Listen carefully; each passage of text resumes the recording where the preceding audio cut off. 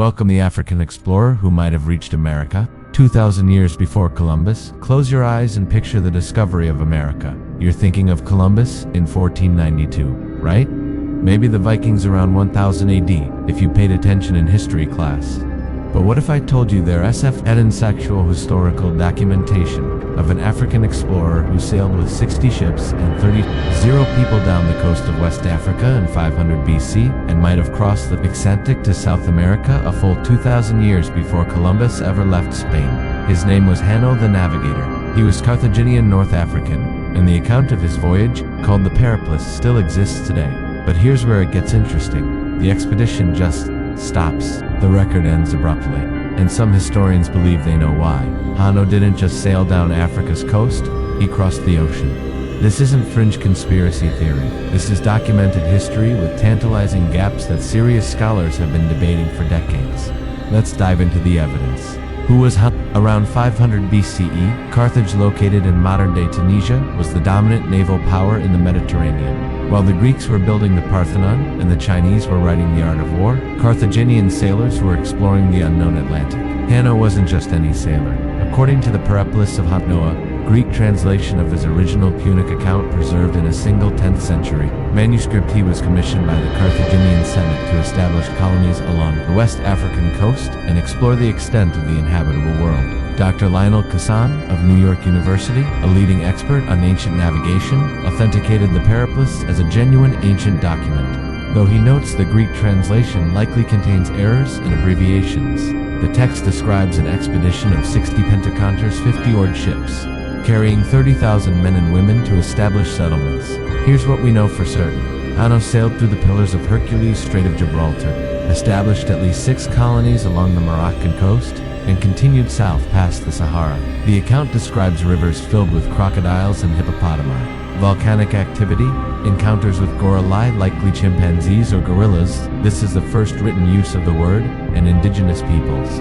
Professor P.D. Hubbard of the University of London analyzed the geographical descriptions and concluded Hanno reached at least modern-day Sierra Leone, possibly as far as Gabon, a distance of over 3,000 miles from Carthage. The mysterious ending here's where conventional history gets uncomfortable. The Periplus ends abruptly. Hanno writes about reaching a great bay, and then nothing. No description of the return journey, no explanation of why they stopped. The account just ends. Professor Raymond Mani of IFAN Dakar argued this suggests the text is incomplete, that portions were deliberately removed or lost. But why? Dr. Rhys Carpenter of Bryn Mawr College proposed the trade secret theory. Carthaginians were notoriously secretive about their trade routes. They would deliberately give false information to competitors and may have censored their own records to protect commercial advantages. The full account of Hanno's journey might have been classified as state secrets, but some scholars suggest something more radical. The journey didn't end where the text ends. They proposed Hanno continued across the Atlantic. The evidence for Atlantic crossing. Let's examine the evidence objectively. Ocean currents and winds. Dr. Thor hired Alpha Moose for the Kon-Tiki expedition, demonstrated that ancient vessels could cross the Atlantic using natural currents. The Canary Current flows directly from West Africa to the Caribbean. Professor Alice Cahill of Marquette University notes that Portuguese sailors in the 15th century reported that the Volta do Mar turn of the sea route naturally carried ships from West Africa to South America and back. Carthaginian ships were technologically advanced. According to maritime archaeologist Dr. Honor Frost, Carthaginian vessels had keels, multiple sails, and were capable of open ocean voyaging. The 60-ship fleet described by Hanno would have been more than capable of surviving an Atlantic crossing.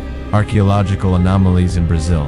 In 1872, Brazilian scholar Ladislao Neto documented inscriptions found near Rio de Janeiro that appeared to be Phoenician Carthage's parent civilization. While controversial epigrapher Dr. Cyrus Gordon of Brandeis University examined photographs and concluded the script was consistent with Phoenician, writing from the 6th century BC. The Parahiba inscription, though debated, contains phrases that Dr. Gordon translated as describing sailors from Sidon, a Phoenician city who were cast up on these shores in the 19th year of Hiram, our mighty king. Additionally, Dr. Mark McMenamin of Mount Holly College identified what appear to be maps on certain Carthaginian gold coins, 375 to 350 BCE, showing land masses that match the Mediterranean and a coast that resembles South America. While speculative, he argues the mapmakers had knowledge of lands across the Atlantic. Botanical evidence.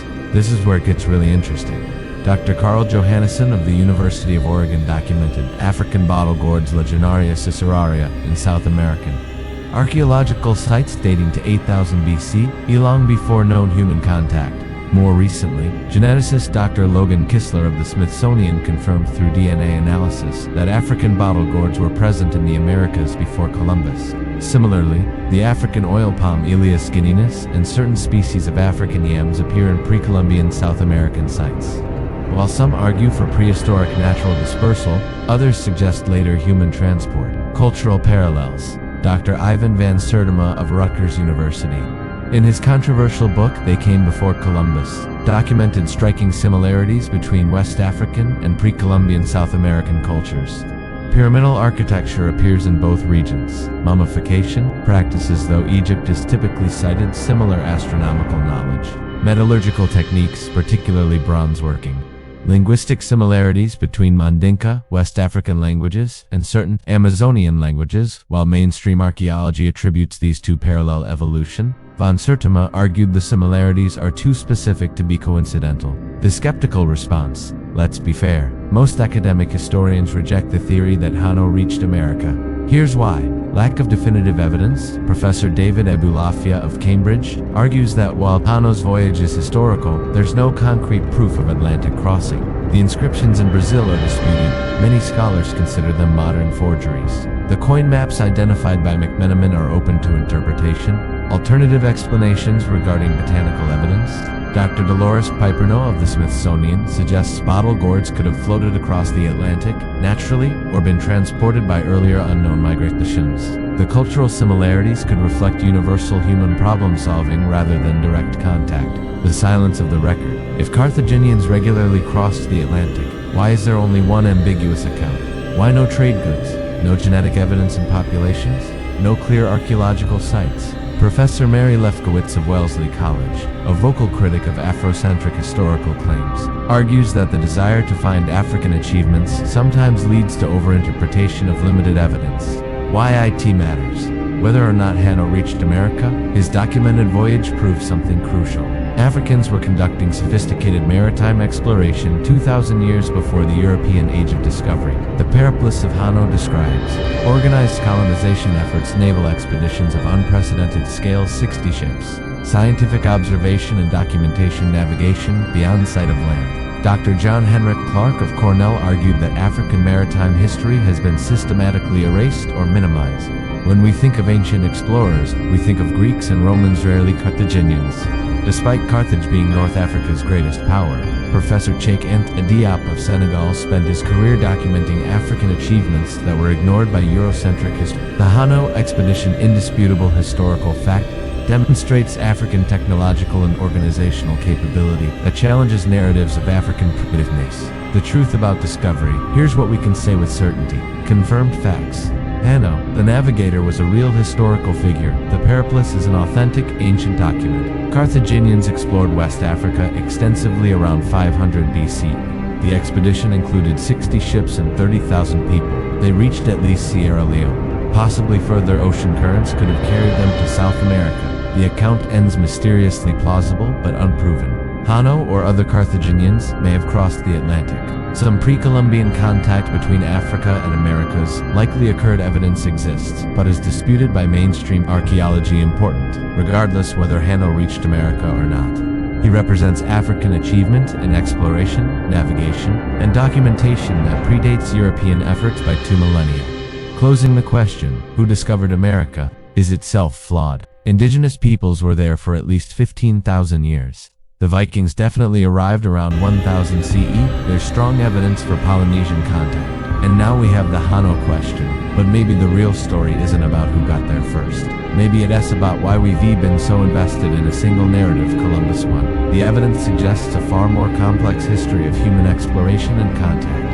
Hanno the Navigator sailed with 60 ships and 30,000 people into the unknown Atlantic 2,500 years ago. That alone deserves our attention. Whether he made it to South America or turned back at West Africa, he represents a tradition of African maritime exploration that has been written out of popular history. The next time someone tells you Columbus discovered America, remember, there's an African explorer whose documented voyage predates Columbus by 2,000 years, whose journey ended mysteriously, and whose full story we may never know. Because some discoveries are about finding new lands, others are about recovering lost truths.